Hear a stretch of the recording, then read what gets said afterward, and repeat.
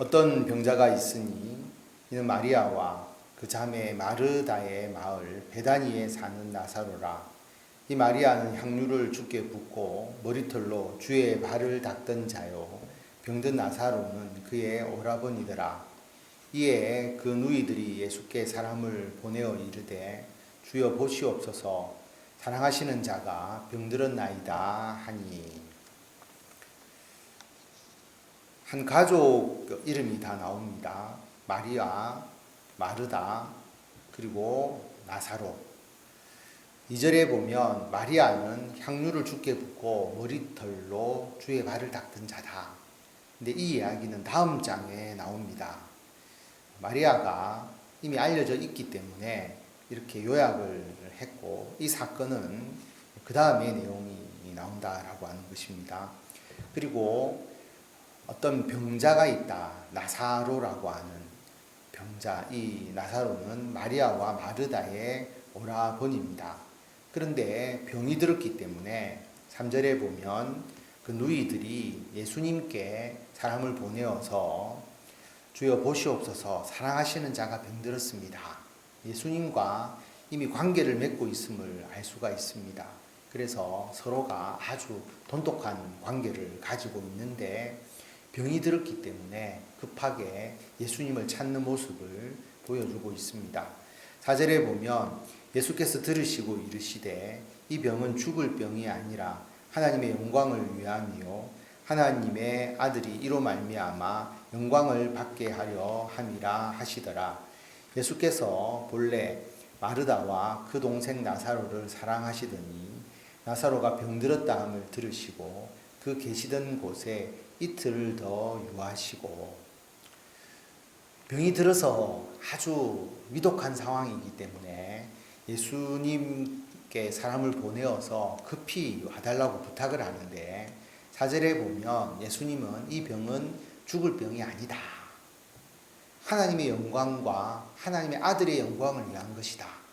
결국 나사로가 죽었다가 살아날 것을 예수님께서 미리 아신 것이죠. 그렇게 행하시겠다라고 이때부터 이미 예수님은 결정하시고 모든 것을 다 계획하고 계셨던 것입니다. 그렇기 때문에 나사로가 병들었습니다. 위독합니다. 그런에도 불구하고 계시던 곳에 이틀을 더 유하셨습니다.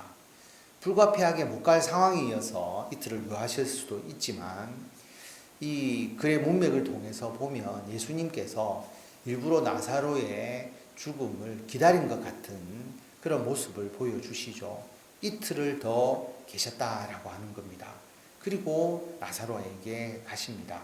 7절에 보면 그 후에 제자들에게 이르시되 유대로 다시 가자 하시니 제자들이 말하되 라삐여 방금도 유대인들이 돌로 치려 하였는데 또 그리로 가시려 하나이까. 유대, 베다니가 예루살렘 근처에 있거든요. 그러니까 다시 유대 지역 예루살렘 쪽으로 가시는 겁니다. 예루살렘 그 지역에서 유대인들에게 핍박을 받고 돌로 쳐서 죽임을 당할 뻔했는데 또 그리로 가시겠습니까? 라고 제자들이 이야기를 합니다. 9절에 보면 예수께서 대답하시되 낮이 12시간이 아니냐. 사람이 낮에 다니면 이 세상의 빛을 봄으로 실족하지 아니하고 밤에 다니면 빛이 그 사람 안에 없는 거로 실족하느니라. 이 말씀을 하신 후에 또 이르시되 우리 친구 나사로가 잠들었도다. 그러나 내가 깨우러 가노라. 예수님께서 낮에는 빛이 있기 때문에 사람이 실족하지 않는다. 이 빛은 원래 예수님을 의미하잖아요. 예수님 안에 있을 때에 우리가 실족하지 않는다.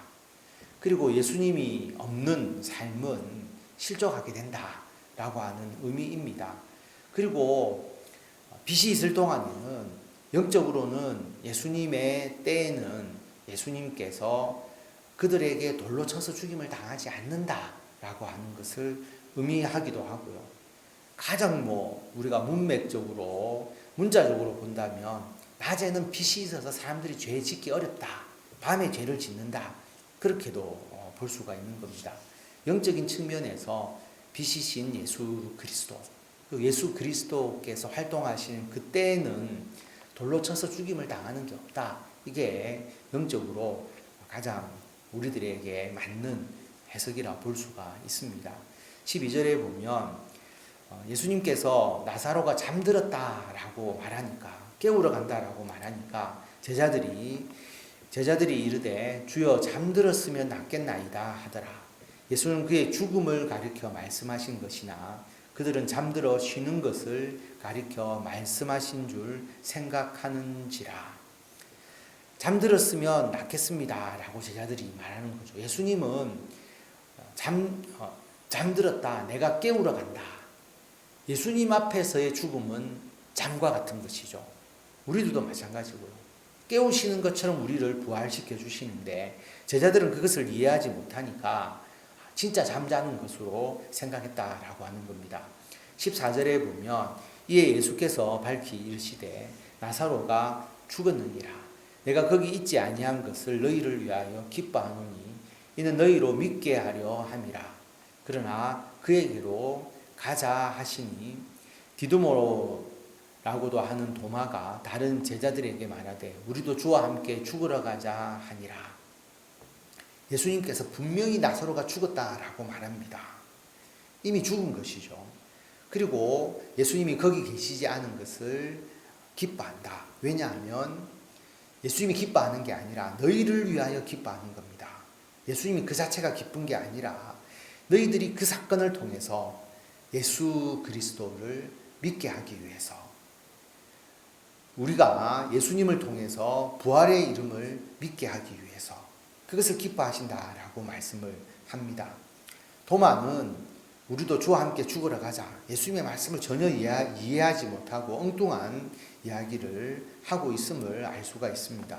17절에 보면 예수께서 와서 보시니 나사로가 무덤에 있은지 이미 나으리라.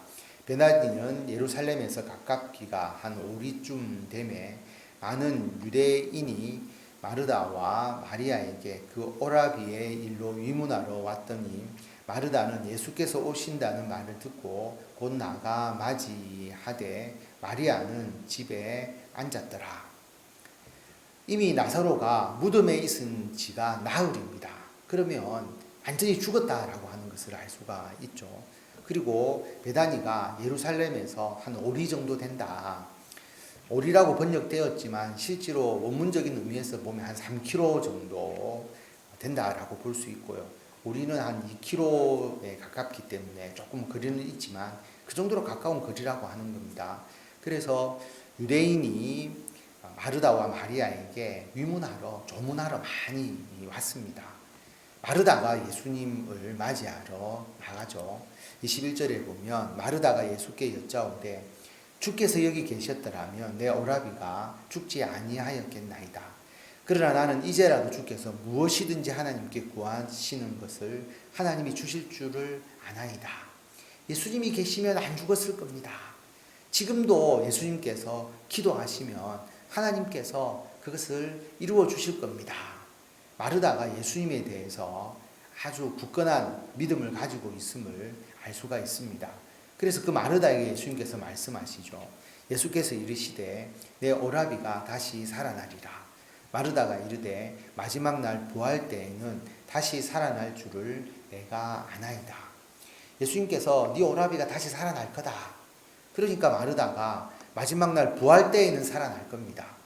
마르다가 예수님에 대해서 믿고 의지했고 예수님이 계셨더라면 죽지 않았을 겁니다 라고 이야기를 한 것으로 봐서 마르다는 병을 고쳐주실 수는 있어도 예수님이 지금 당장 나사로를 살리실 것이라고는 생각하지 못한 것이죠.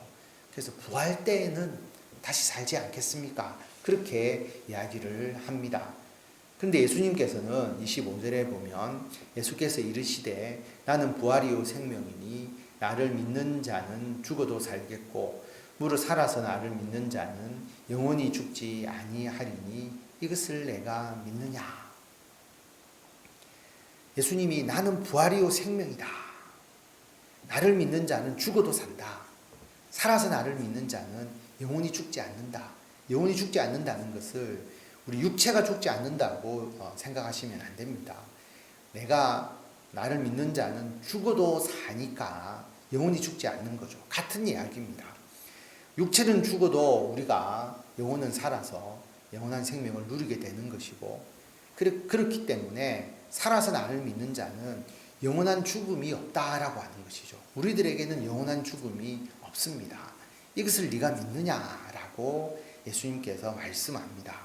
그러니까 마르다가 이르되 주여 그러하외다. 주는 그리스도시요 세상에 오시는 하나님의 아들이신 줄 내가 믿나이다. 이 말을 하고 돌아가서 가만히 그 자매 마리아를 불러 말하되 선생님이 오셔서 너를 부르신다 하니, 예수님을 믿고 세상에 오시는 하나님의 아들이심을 고백합니다. 나사로를 살려주실 것을 믿습니다. 그리고 마리아를 불러오죠. 29절에 보면 마리아가 이 말을 듣고 급히 일어나 예수께 나아가매 예수는 아직 마을로 들어오지 아니하시고 마르다가 맞이했던 곳에 그대로 계시더라. 마리아와 함께 집에 있어 위로하던 유대인들은 그가 급히 일어나 나가는 것을 보고 곡하러 무덤에 가는 줄로 생각하고 따라가더니 마리아가 예수 계신 곳에 가서 배웠고 그 발 앞에 엎드려 이르되 주께서 여기 계셨더라면 내 오라버니가 죽지 아니하였겠나이다 하더라. 마리아도 역시 예수님 앞에 엎드려서 이야기하죠. 예수님이 계셨더라면 죽지 아니하였겠습니다. 결국 병 고치는 능력은 마리아도 예수님을 믿지만 예수님이 자기 오라버니 나사로를 살릴 것이라고는 아직 생각하지 못하고 있는 것입니다. 33절에 보면 예수께서 그가 우는 것과 또 함께 온 유대인들이 우는 것을 보시고 심령에 비통히 여기시고 불쌍히 여기사 이르시되 그를 어디 두었느냐 이르되 주여 와서 보옵소서 하니 예수께서 눈물을 흘리시더라. 사람들이 울죠. 마리아도 울고 마르다도 울고 함께 온 유대인들도 울고 예수님도 마음에 그 슬픔이 있을 수밖에 없습니다. 그 상황에서 보면 우리가 부활을 믿지만 그 상황에서 우리는 모두가 죽음에 대해서 슬퍼하는 것과 같습니다. 예수님께서 눈물을 흘리시죠. 사람의 그 죽음에 대한 그 슬픔을 함께 하십니다. 그리고 사람들의 그 모습이 굉장히 예수님께 어떻게 보면 좀 비통함, 그것을 느끼게 해주는 모습을 우리가 볼 수가 있죠. 불쌍히 여김도 있지만 비통해하는 그 유대인들 또 그 사람들의 그 울음과 그리고 그 슬픔에 대해서. 그래서 36절에 보면 유대인들은 예수를 오히려 비난하는 모습을 보이고 있습니다. 그래서 예수님께서 비통하게 여기시는 부분이 있다라고 볼 수가 있죠. 이에 유대인들이 말하되 보라 그를 얼마나 사랑하셨는가 하며 그중 어떤 일은 말하되 맹인의 눈을 뜨게 한 이 사람이 그 사람은 죽지 않게 할 수 없었더냐 하더라. 예수님에 대해서 오히려 비난하고 능력을 오히려 의심하는 자들이 있었다라고 하는 것입니다. 38절에 보면 이에 예수께서 다시 속으로 비통히 여기시며 무덤에 가시니 무덤이 굴이라 돌로 막았거늘 예수께서 이르시되 돌을 옮겨 놓으라 하시니 그 죽은 자의 누이 마르다가 이르되 주여 죽은 지가 나흘이 되었음에 벌써 냄새가 나나이다. 예수님을 비난하는, 왜 예수님은 그 나사로를 죽지 않게 못했느냐 이렇게 비난하는 자, 그들의 어떤 마음이 있었기 때문에 예수님께서 비통하게 여기시고 무덤에서 이미 냄새가 날 정도로 사흘이나 되었으니까 부패가 진행된 그런 상황입니다. 그런데 40절에 보면 예수께서 이르시되 내 말이 내가 믿으면 하나님의 영광을 보리라 하지 아니하였느냐 하시니 돌을 옮겨 놓으니 예수께서 눈을 들어 우러러 보시고 이르시되 아버지여 내 말을 들으신 것을 감사하나이다. 항상 내 말을 들으시는 줄을 내가 알았나이다. 그러나 이 말씀 하옵는 것은 둘러선 무리를 위함이니 곧 아버지께서 나를 보내신 것을 그들로 믿게 하려 함이니이다. 이 말씀을 하시고 큰 소리로 나사로야 나오라 부르시니 예수님께서 하나님께 기도하죠. 하나님께 기도해서 나사로를 살리는 것은 예수님의 권능을 과시하기 위한 것이 아니라 하나님께서 나를 보내신 것을 믿게 하기 위해서다라고 말합니다.